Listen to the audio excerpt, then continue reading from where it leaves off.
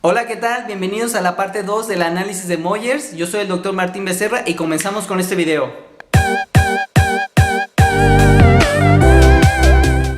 Muy bien, vamos a empezar el análisis de Moyers en sentido sagital anteroposterior. Esta es la segunda parte, en el cual voy a hablar acerca de un caso específico con asimetría sagital y la vamos a resolver con la ecuación de Moyers. Comenzamos.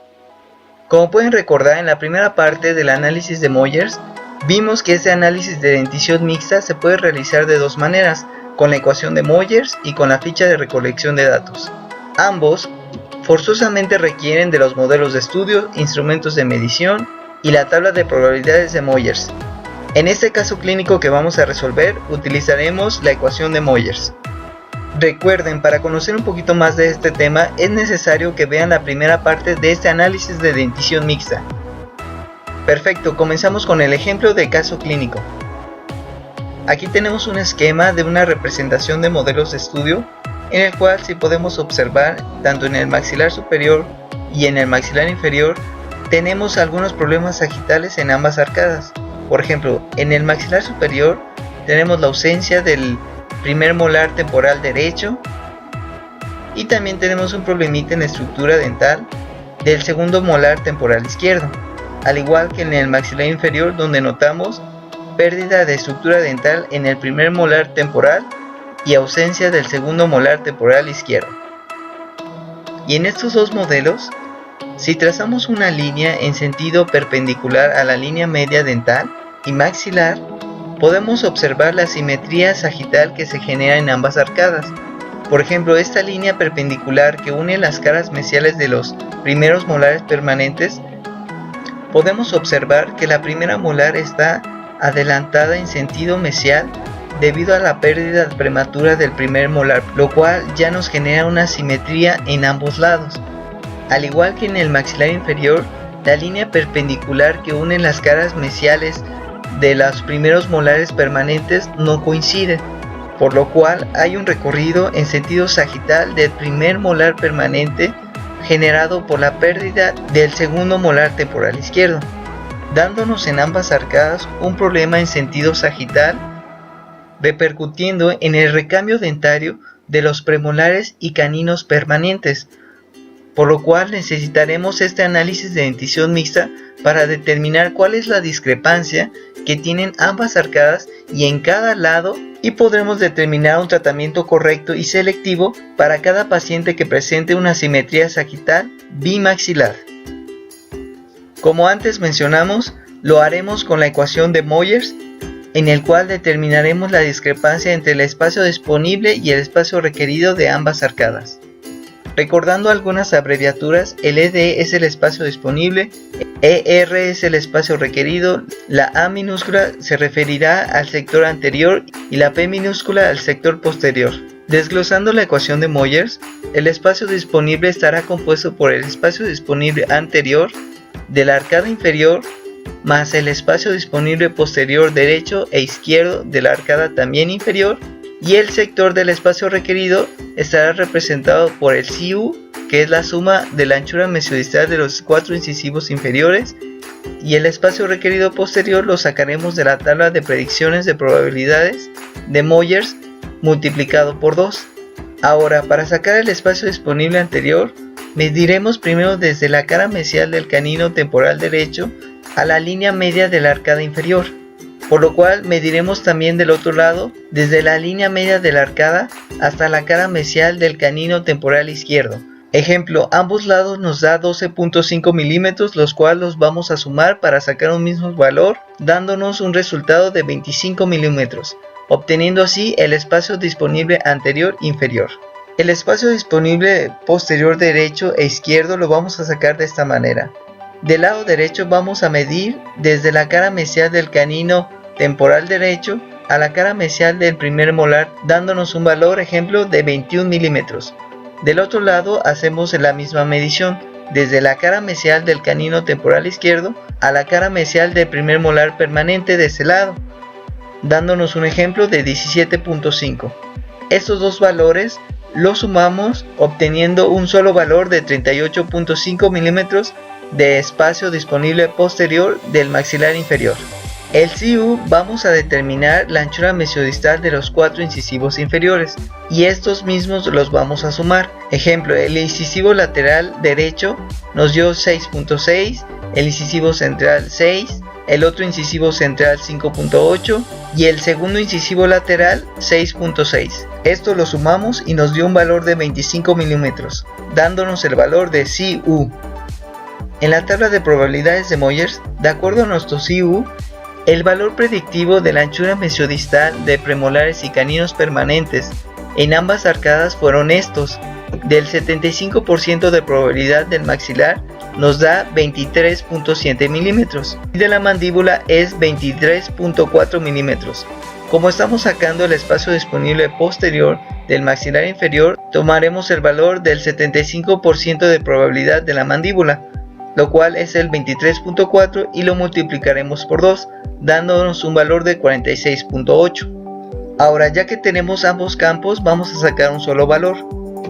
Por ejemplo, 25 más 38.5 nos da un valor de 63.5 milímetros y 25 más 46.8 nos da 71.8 milímetros.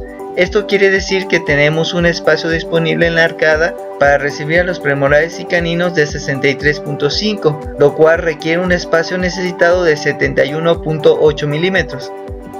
Hacemos la discrepancia y nos da un valor negativo de menos 8.3, esto es de toda la arcada, pero necesitamos saber el valor correcto y exacto de ambos lados, por lo cual tenemos que hacer lo siguiente. Del lado derecho, si recuerdan, nos dio un valor de espacio disponible de 21 milímetros.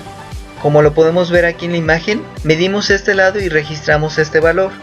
Ahora, de acuerdo a la tabla de probabilidad estadística, la anchura mesiodistal de los premolares y caninos de la mandíbula es de 23.4. Vamos a hacer esa diferencia para determinar de ese lado cuánto falta de espacio. Nos va a dar un resultado de menos 2.4. Hacemos lo mismo del lado izquierdo, registrando un valor de 17.5 milímetros, incluso menor que el otro lado. Este valor igual lo restamos con el valor predictivo de la anchura mesiodistal de los premolares y caninos de ese lado y nos va a dar un valor de menos 5.9. Con esto podemos saber la discrepancia exacta de cada lado, presentando una discrepancia mucho mayor del lado izquierdo por la pérdida prematura del segundo molar temporal izquierdo.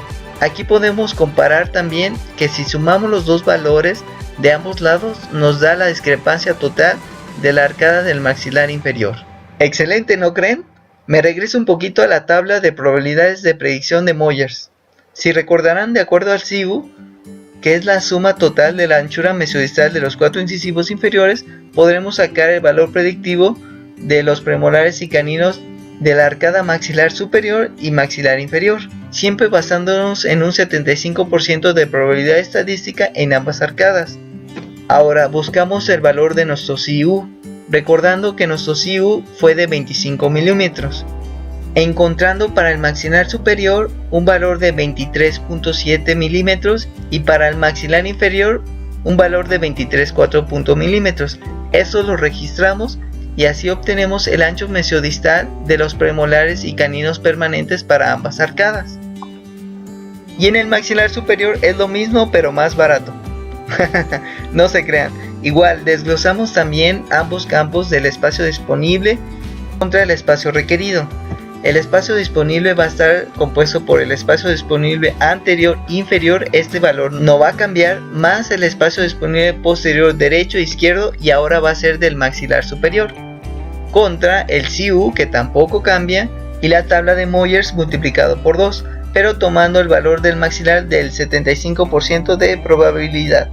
Y por ejemplo, igual va a ser la misma medida desde la cara mesial del canino temporal derecho a la otra cara mesial del canino temporal izquierdo, sumando dos valores para darnos el valor del espacio disponible anterior de la arcada inferior, en este caso 25 milímetros. En el espacio disponible posterior derecho lo medimos desde la cara mesial del canino temporal hasta la cara mesial del primer molar de ese lado, en este caso nos dio 18 milímetros. Del lado izquierdo también hacemos la misma medición desde la cara mesial del canino a la cara mesial del primer molar permanente, y en este caso nos dio 20. Sumamos los dos valores dándonos un valor de 38 milímetros y ya tenemos el campo del espacio disponible del maxilar superior. Ahora, el CIU se pasa igual, es el mismo valor de 25, lo cual esto lo sacamos de la suma de la anchura mesiodistal de los 4 incisivos inferiores. En el espacio requerido posterior, que es el valor predictorio de la anchura mesiodistal de los premolares y caninos permanentes, registraremos el valor del maxilar del 75% de probabilidad, que es 23.7 milímetros. Este valor lo multiplicamos por 2 y nos da 47.4 milímetros. Sacamos un mismo valor para cada sección y hacemos la discrepancia. Ejemplo, 63 menos 72.4 nos da una discrepancia total de la arcada de menos 9.4 milímetros. Para sacar la discrepancia de cada lado, vamos a hacer lo siguiente. Tomamos el valor del maxilar del 75% del tamaño predictorio de los premolares y caninos permanentes maxilares, que es 23.7 milímetros, y con estos valores haremos la discrepancia de cada lado. Por ejemplo, el 18, que fue el del lado derecho, menos 23.7 nos dará un valor negativo de menos 5.7 milímetros, y 27 menos 20 milímetros, que fue del lado izquierdo, nos da un valor también negativo de menos 3.7 milímetros. Si sumamos esto, nos da la discrepancia total de menos 9.4 milímetros, siendo del lado derecho una discrepancia mayor debido a la pérdida prematura del primer molar temporal derecho. Y así con esta fórmula ya tenemos la discrepancia total y de cada lado en esta arcada maxilar. Si hacemos la comparación, podemos ver que en el maxilar podemos observar que tenemos una discrepancia total de menos 9.4 milímetros, a comparación de la mandíbula, que es de menos 8.3 milímetros. Y si lo desglosamos por mitades, podemos ver que del lado derecho tenemos una discrepancia mucho mayor que del lado izquierdo, siendo este de menos 5.7 y del lado izquierdo menos 3.7 milímetros. Y en la mandíbula siendo una discrepancia mucho mayor del lado izquierdo, de menos 5.9 milímetros a comparación del lado derecho, que es de menos 2.4 milímetros. Con esta ecuación podemos sacar la discrepancia total y exacta que necesitan nuestras arcadas para recibir a los premolares y caninos permanentes. Increíble ecuación, ¿no creen? Bueno, muchas gracias por escucharme y esperemos vernos en otro video aprendiendo un poquito más de otros análisis y otros temas importantes dentro de la odontología. Nos vemos y muchas gracias. Si te gustó nuestro video, dale like, compártelo y no olvides suscribirte a nuestro canal activando la campanita de notificaciones para más videos como este. Que estés muy bien.